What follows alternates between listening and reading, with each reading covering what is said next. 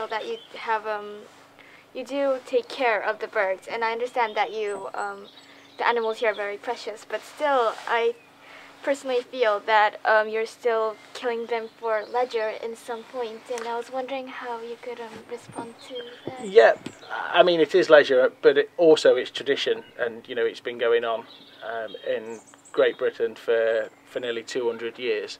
So there's a great amount of respect for the birds. So when all the guns are shooting with us, they all dress in a very, very smart way. You would always shoot with a tie on. We wear silly little trousers called breeks, yeah.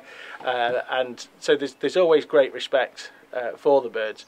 But what I would say is, you know, they have a great quality of life before they're shot. And you know, as I say, comparing that to chickens or you know other things, then it's got a 30% chance of dying and a 66% chance of you know of living. Yeah. And you know, looking around at the minute, you can see the pheasants playing around in the field. Yes, I can hear them. Yeah.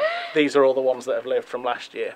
Now, what we do is we continue feeding those birds all the way through the summer. So, you know, you could say, right, well, we've had our trade, we've had our money's worth from them, we'll let them, you know, just fend for themselves. But it's a case of, for the gamekeeper, it's great pride in looking after the birds. We use about 80 tonnes of feed a year. We estimate that the pheasants only eat 50 or 60 tonnes of that. The other 20 tonnes is eaten by wild birds. So when you take songbirds and things like that on a very, very hard winter when they struggle to find food, they're eating the food that we're putting down for the pheasants as well. Okay. So if you were to say if pheasant shooting was to be banned and gamekeepers weren't allowed to feed the birds, then you'd see a massive reduction in songbirds and other wildlife that eat that feed too.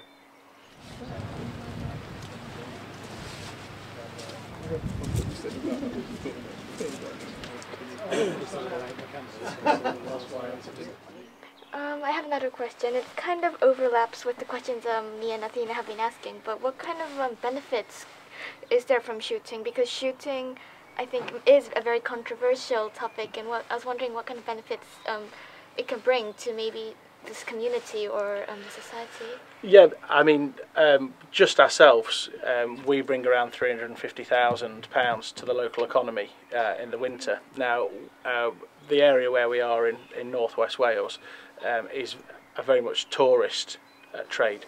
So a lot of people only come here in July and August. Okay. So there's a lot of seasonal jobs. There's a lot of people that can't get jobs all the way through the winter. Okay. The hotels are empty, the restaurants are empty. So everyone that comes and stays with us, you know, say they might spend £500 with us, but then they'll spend £400 at the hotel, maybe £100 in the restaurant, £50 on a taxi. So it's not just the people we employ in the shoot, it's the people that we're bringing to the area and how many jobs that creates.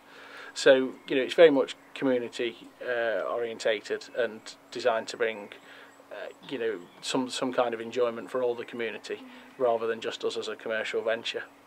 I have another small company, and if I put the money that I put into the shoot into that small company, I would have made a lot more money.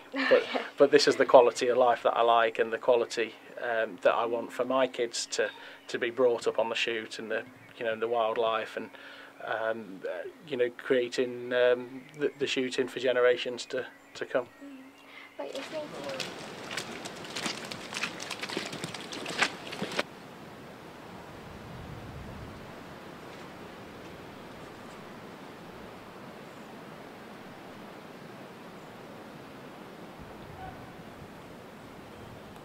very curious if some women do shooting, because in my image it's a very male-dominant sport. Yeah, in the past I would say it's very much been a male-dominated sport, and there are quite a lot of women getting more and more into shooting, and it's there's been various different clubs and things like that to get them involved with. One's called the Shotgun and Chelsea Bun Club. Oh. So they come shooting, and then they have all baked cakes to come and eat afterwards. Oh, that's interesting. That's new. Another one's called Girls on Pegs. So a peg is where you stand to shoot. So it's very much very much an increasing thing, and I think we'll see more and more over the next few years. Are there any women who come here to do shooting? Yeah, quite regular. Really? Yeah. I've only seen women shooting in Downton Abbey. Yeah. Not in real life. Yeah, no, very much the case. And we have a young girl that shoots here quite often. She's 17. Oh, And she comes with her father, and they treat it as bonding time because he works away a lot. So it's really nice to see when that happens. And in fact, some really, really good shots that are ladies that shoot here. oh, that's interesting. Do they have like their own gun, or is it? Yeah. Wow. Yeah. Is it a little lighter, or no? I'm just curious. Is it a little lighter, or? Yeah, normally, traditionally, men would shoot what we call a 12 gauge. Ladies would shoot a 20 gauge. But I shoot a 20 gauge as well because I enjoy shooting it. So yeah, it's really. What does it mean, 20 gauge?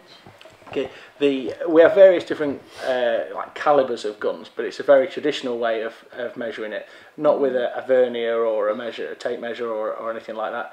It's how many balls of lead you got out of 1 ounce of lead. How many balls you got out of 1 ounce of lead that fitted into the cartridge.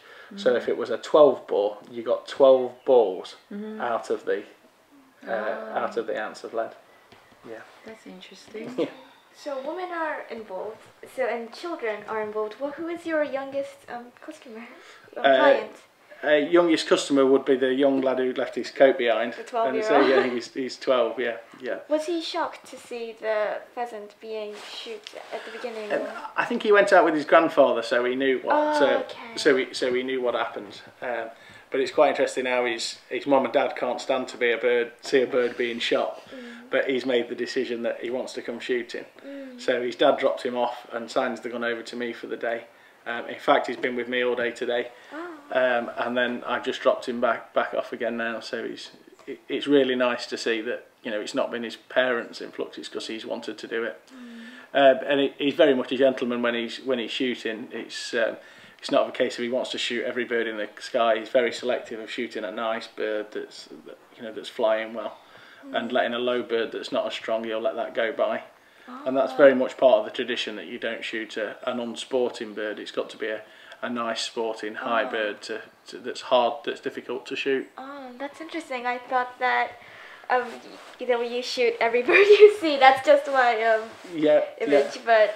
Oh, it's nice to hear that. Yeah, I mean, to give you a clue, if we're looking for a bag of about 150 birds in the day, we put about 700 birds over the guns for them to pick a nice bird that's come through, and a testing bird.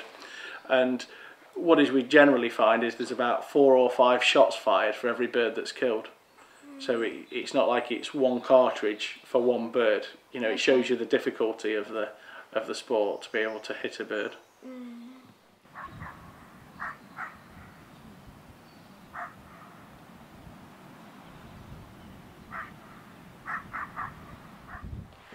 I was just interested that I've never had a pheasant in my life. What does it taste like? It's a really nice, strong taste, a bit stronger than chicken. It's a slightly darker meat, and it can be quite dry if it's cooked wrong, but cooked in the right way, it's really, really tasty. When we put it into sausages, we make it bind with about 20-30% pork fat to make it all stick together and nice. But a lot of people eat it in a casserole. Some people breast it and they eat it as a breast, like a chicken type breast. And how do you usually cook it? A traditional way would be in an Auger or a Rayburn, so an old style oven in a casserole. We tend to, our chef is quite modern the way he cooks it, so he does a dish called pheasant salt and bocca. So salt and bocca means with the ingredients, it means for the taste to jump out into your mouth. So it's really nice, and that's with like garlic and herbs and things like that. It's nice in a stir fry. It's nice as sweet and sour. It's nice in a stew. It can be good for various different dishes. Right. Is a pheasant a British traditional bird, or? Originally, I believe, imported from China, like a Chinese marsh bird, but also there's different strains. So we have a strain called a Japanese green, I've never heard of it before. It's interesting to hear. Yeah, so that's believed to be from there. And at the minute, we have a strain called a Kansas, which was bred by a chap in Kansas in the States. And brought international. Yeah, which is a smaller bird, a smaller, harder, higher flying bird that eats less, which is obviously good for us, but not as good for the table because there's not as much, not as much meat on it. Not as much meat on it. Yeah, yeah.